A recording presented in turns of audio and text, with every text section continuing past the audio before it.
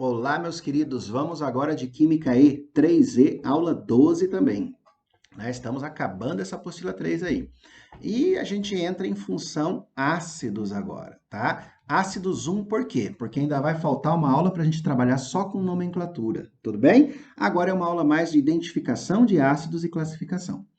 Ácidos, gente, tem várias definições, mas uma definição muito importante é a definição de um cara chamado Arrhenius, que diz assim, ó, ácidos são substâncias que, em meio aquoso, liberam íons H+, tá? Então, ácido, no meio aquoso, libera íons H+, tá? Todos os ácidos dissolvidos apresentam em comum, né, a presença do H+ em meio aquoso. E esse H+ é o hidrogênio que perdeu um elétron. Na verdade, ele é só um próton, mas a gente continua chamando de hidrogênio para dar uma moral para ele, tudo bem? Aqui eu tenho que o ácido é qualquer composto molecular que em solução aquosa libera o íon H+, como o único cátion. O ânion pode variar de ácido para ácido. Claro, se eu tenho o ácido HCl, ele libera o H+, vai ficar o ânion Cl-. Se eu tenho o HNO3, ele libera o H+, fica o ânion nitrato, NO3-. Isso vai variar mesmo. Mas o único cátion que sai no ácido é o H+, tudo bem?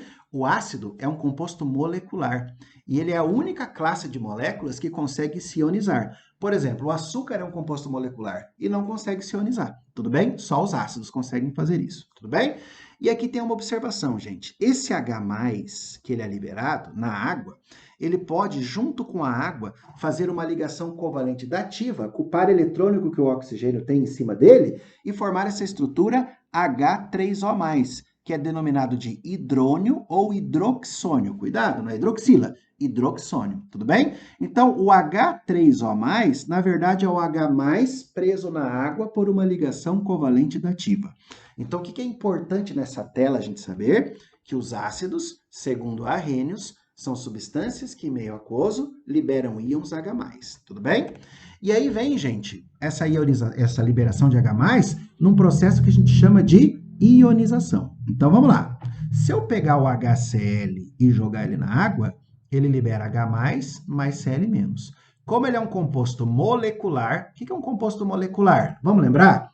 Formado por ligação covalente. E o que a ligação covalente liga? Hidrogênio com hidrogênio, ametal com ametal ou ametal com hidrogênio. E é o caso dos ácidos, ó. Hidrogênio ligado ao metal, composto molecular, cai na água, se ioniza, como cátion o H+, e o Cl- como ânion, tudo bem? Ou eu posso representar dessa forma, que é uma forma mais coerente, tá, gente? Embora não seja tão recorrente, ela é mais coerente. Porque é difícil acreditar que esse H+ vai ficar no meio de um monte de água sem se aproveitar daquele par eletrônico sobrando do oxigênio. Então, eu posso representar desse jeito aqui, ó. O HCl na água libera o H+, que se prende na própria água, formando a estrutura H3O+, mais o Cl-. As duas representações estão corretas, mas essa aqui é mais interessante, tá? O mesmo ocorre quando se adiciona o ácido nítrico na água. Olha só, ácido nítrico na água, essa água pode estar em cima ou embaixo da seta, tanto faz, tá? Ele vai liberar H+, e vai sobrar o nitrato, NO3-. Ou eu posso pegar esse H+, juntar com a água, formando o H3O+, mais o nitrato. O ânion não muda nada, só a representação do H+, ou sozinho ou preso na água. Tudo bem? Então, se eu quiser colocar isso aqui de uma forma genérica, então eu tenho que um ácido HA em meio aquoso libera H+, mais o A-. Tudo bem? E a carga do ânion, gente, é proporcional à quantidade de H+ que ele libera. Tudo bem? Isso é importante. Se aqui fosse H2A, então eu liberaria 2H+, eu não, ele, né? Liberaria 2H+, e a carga do ânion seria A2-. Se aqui fosse H3A e ele liberasse 3H+, a carga do ânion seria A3-, porque a quantidade de H+ determina a carga negativa do ânion que se forma, tudo bem? Então, tem alguns exemplos aqui, ó, né, de ionização e quantidade de H+ liberado. O ácido clorídrico libera 1H+, o ácido nítrico libera 1H+, o ácido sulfúrico tem 2 hidrogênios ionizáveis, libera 2. O fosfórico que tem 3, libera 3. O carbônico que tem 2, libera 2. Mas como sempre, né, gente, eu vou até destacar aqui, ó, com uma caneta aqui, ó, né, existem exceções, tá? E essas exceções é bom você se ligar nelas. Deixa eu voltar para o meu apontador laser aqui. Muito bem. Ó, o ácido fosforoso tem fórmula H3PO3. Ele tem 3 hidrogênios, mas só 2 são ionizáveis. O ácido hipofosforoso também tem 3 hidrogênios, mas só um é ionizável. E qual que é a explicação para isso, professor? Nos oxiácidos, que são ácidos que têm oxigênio, os hidrogênios ionizáveis estão presos nos oxigênios. Nesse caso aqui, só 2 desses hidrogênios, só um, na verdade, não, peraí, só 2 desses hidrogênios estão presos em oxigênios. Um está preso direto no fósforo, então ele não vai ser liberado, ele não é ionizável, tudo bem? No hipofosforoso, nós temos 3 hidrogênios, mas só um deles está preso em oxigênio e ele vai ser liberado. Os outros 2 estão presos direto no átomo central de fósforo, então eles não são ionizáveis. São basicamente 2 exceções, tá?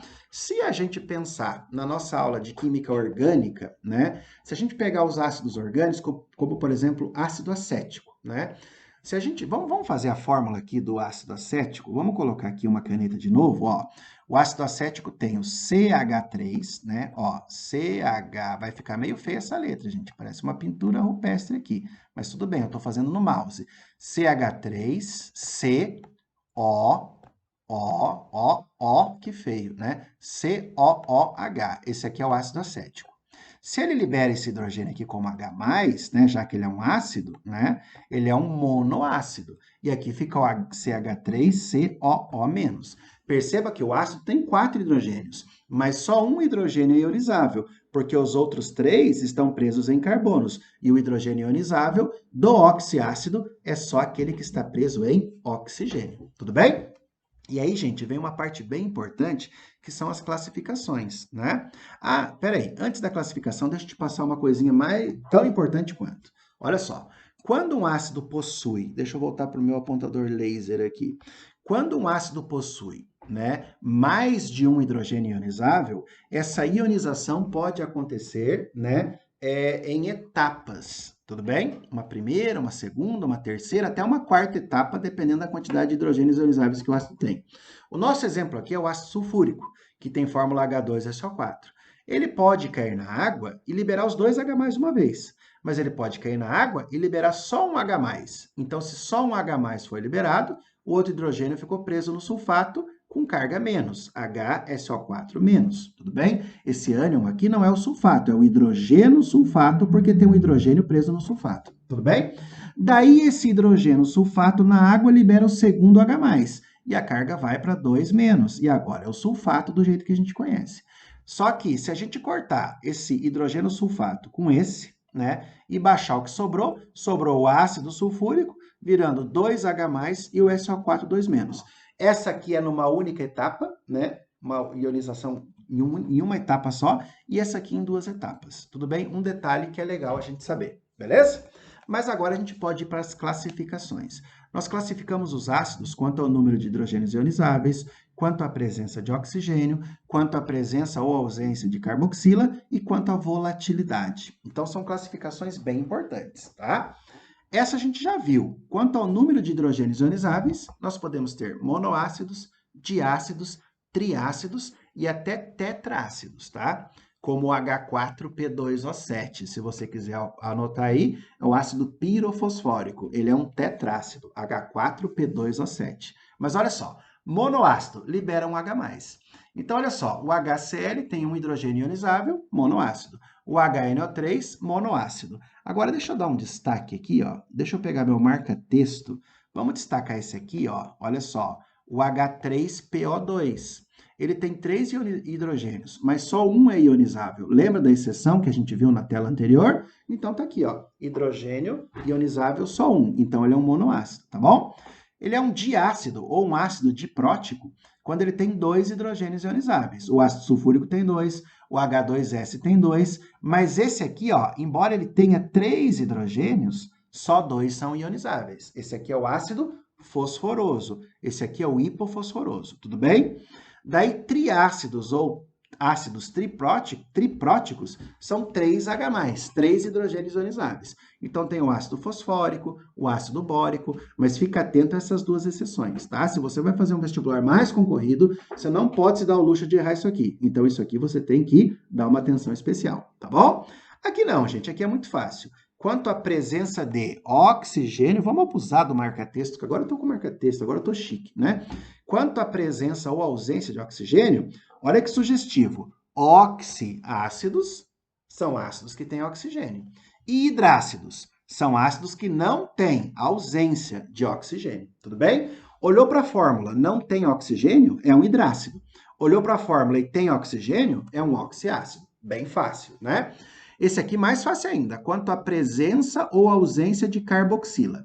Se tiver o C dupla O, OH, ele é um ácido orgânico, né? Os ácidos carboxílicos que a gente já viu. Se não tiver o C dupla O, OH, se não tiver a carboxila, a gente chama de ácido inorgânico, como ácido cianídrico, ácido carbônico, ácido sulfúrico e tudo mais. Tá bom, gente? Mas mesmo sendo um ácido orgânico, ele obedece, né, aquilo que fala o Arrhenius, né? Libera H+ em meio aquoso. Deixa eu pegar uma caneta aqui de outra cor, aqui, uma canetinha, né? Lembra que essa carboxila, ela libera esse hidrogênio aqui, ó, na forma de H+, como o Arrhenius fala, ficando o quê? O C dupla O, O-, tá bom? Quanto à volatilidade, isso aqui não é muito recorrente, tá, gente? Mas é bom a gente ver, né? Os ácidos fixos são aqueles que são sólidos ou líquidos na temperatura ambiente. Se eles são sólidos ou líquidos, eles têm uma pequena volatilidade, são pouco voláteis. Exemplo, o H2SO4, tá? Que é o mais fixo dos ácidos comuns. O H3PO4 também chega a ser sólido, tá? Na temperatura ambiente, beleza? Agora, os ácidos voláteis são aqueles que são gases ou líquidos bem voláteis. Exemplos, todos os hidrácidos, tá? São ácidos voláteis. E aqui nós temos também alguns ácidos carboxílicos, como, né, o ácido acético. Voláteis porque ou evaporam facilmente ou já são vapores na temperatura ambiente. São classificações bem fáceis, gente, mas você tem que cuidar com essas duas exceções, tudo bem?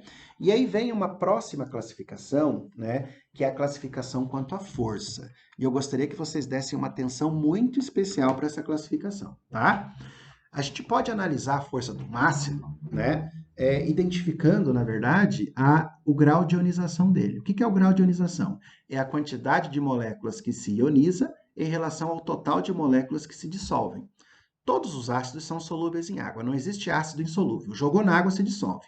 Tudo bem? Mas nem todos aqueles que vão se dissolver vão se ionizar. Então, quanto mais perto do 100% acontecer a ionização, mais forte vai ser o ácido. Quanto mais perto do zero, mais fraco vai ser o ácido. Tudo bem?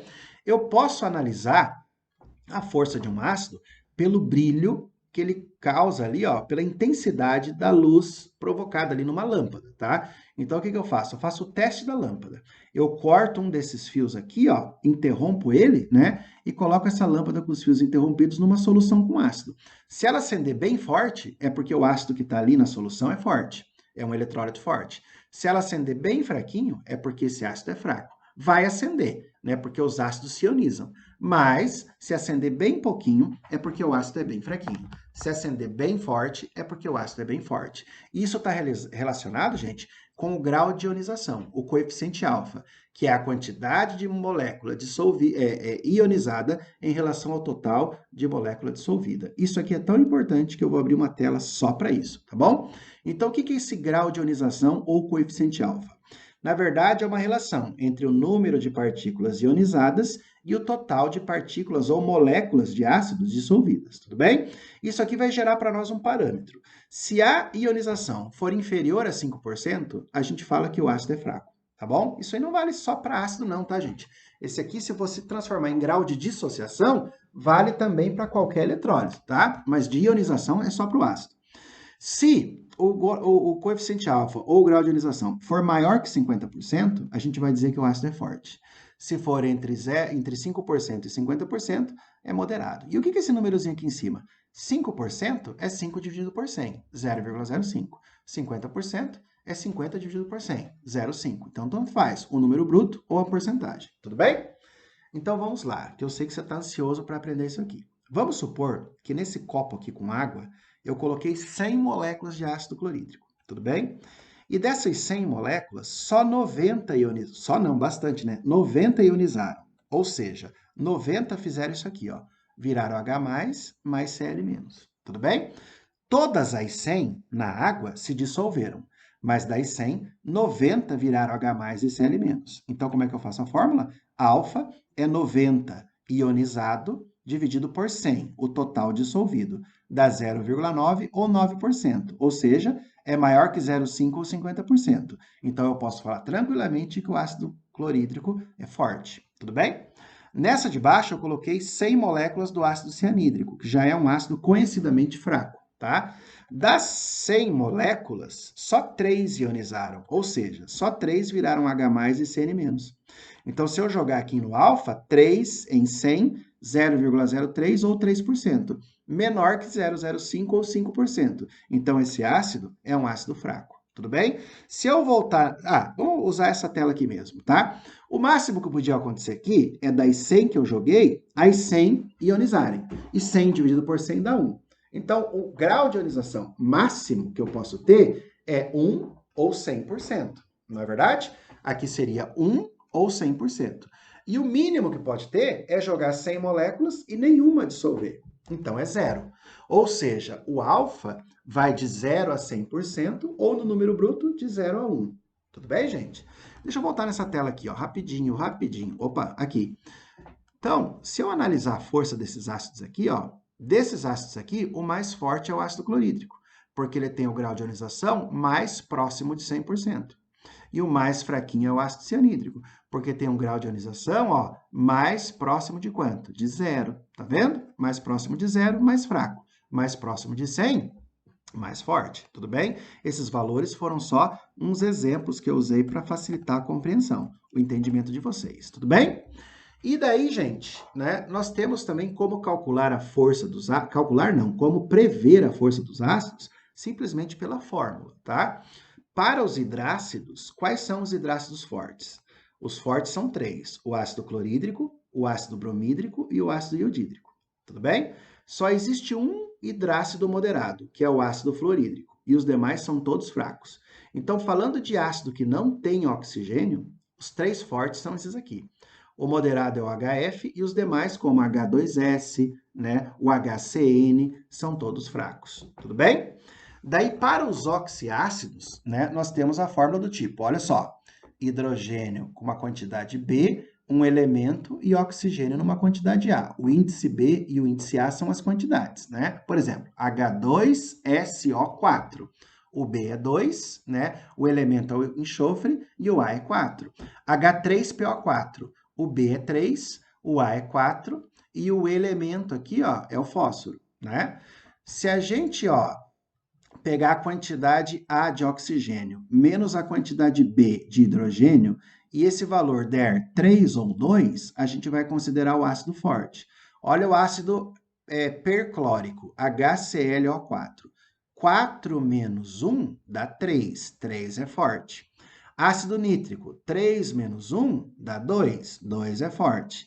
Ácido sulfúrico, 4 menos 2 dá 2. 2 é forte. Então, eu sei que eles são fortes por esse macete aqui, tudo bem? Mas eu não sei por esse macete quem é mais forte, se é o ácido nítrico ou o ácido sulfúrico. Eu sei que o perclórico é mais forte, mas entre esses dois eu não sei. Então, para descobrir entre esses dois, aí eu preciso do grau de ionização, ou do coeficiente alfa, que a gente acabou de ver, tudo bem? Se A menos B der 1, o ácido é moderado. Exemplo, ácido fosfórico, 4 menos 3, 1, moderado. Ácido nitroso, 2 menos 1, 1, moderado. E se A menos B der 0, o ácido é fraco. 3 menos 3, 0, fraco. Tudo bem? Agora, cuidado, gente. Deixa eu colocar aqui, ó. Deixa eu usar aquele marca-texto de novo, tá? Cuidado com o ácido carbônico. Deixa eu pintar ele aqui, ó. O H2CO3. Cuidado com esse ácido, tá?